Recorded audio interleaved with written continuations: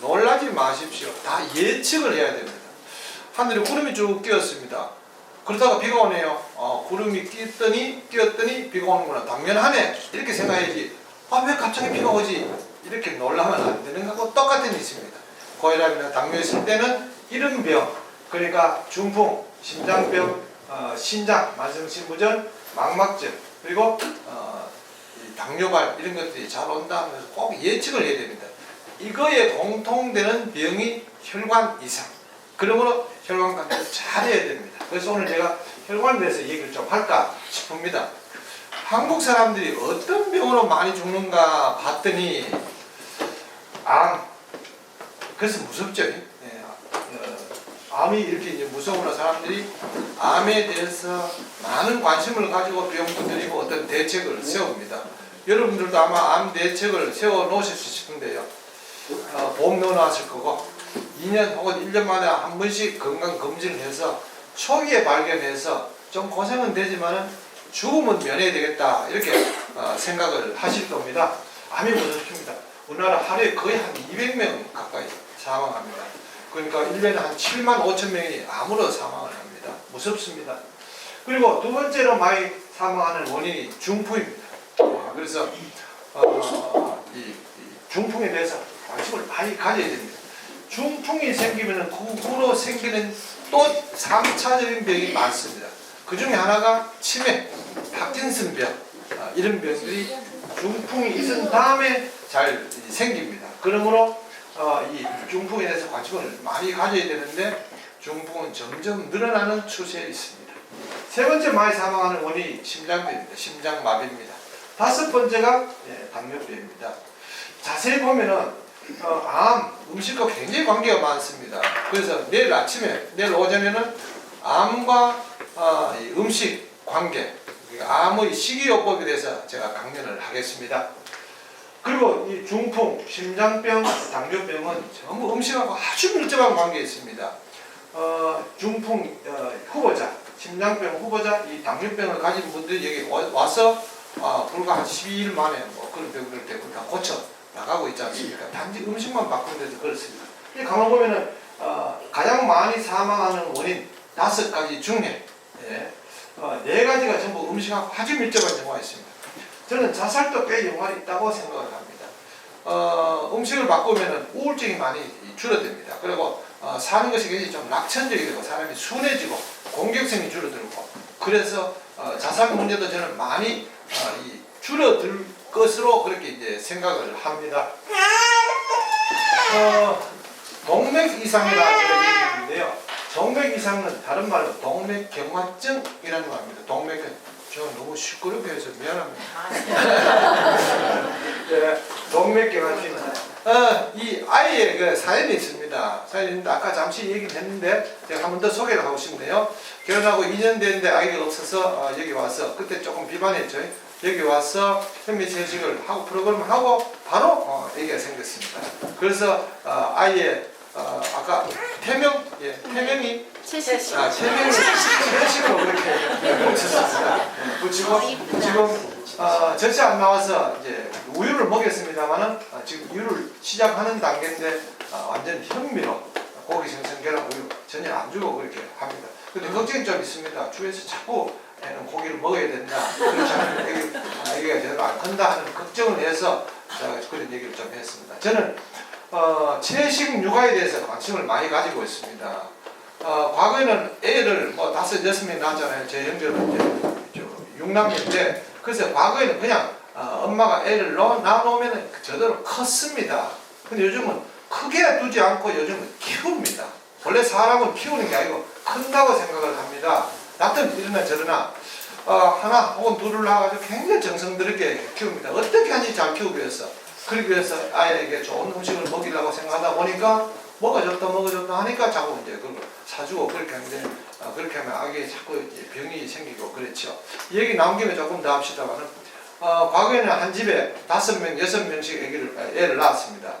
1년에 한 번씩 애 한 명당 한 번씩 병원에 가면 그 집안에 6번 갑니다. 그렇죠? 예.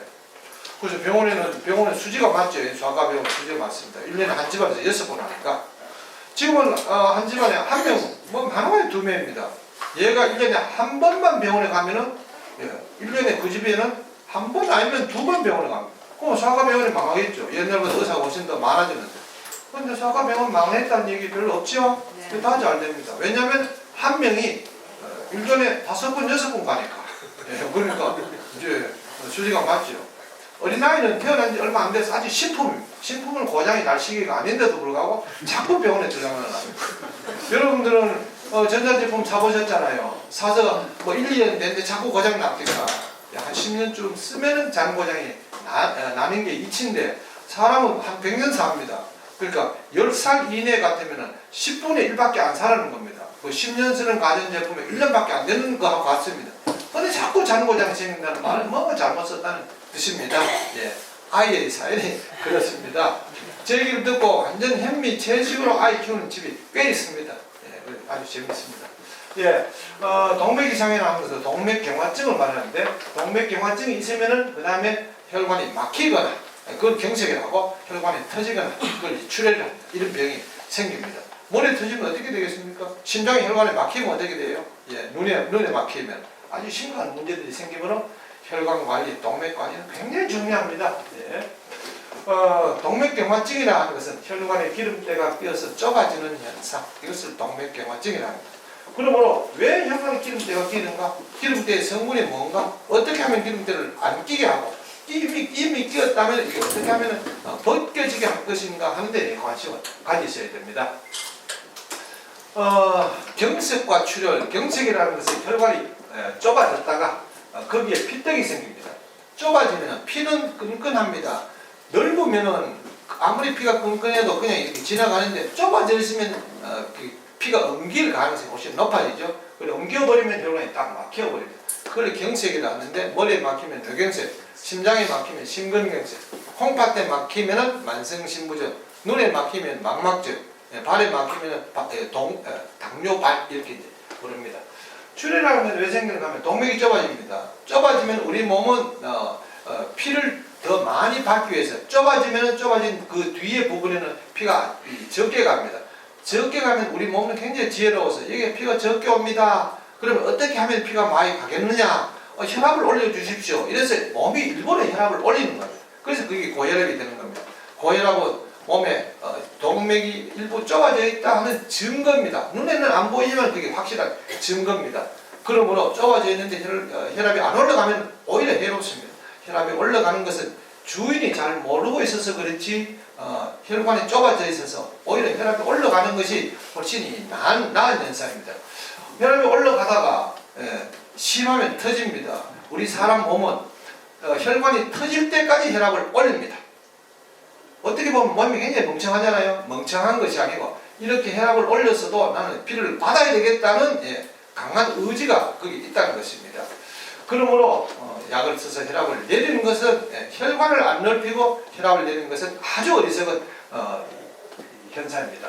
그래서 올리다가 자신이 동맥이 터질 때까지 그렇게 올린다는 겁니다. 그래서 동맥이 좁아지는 것, 이건 아주 심각한 병입니다.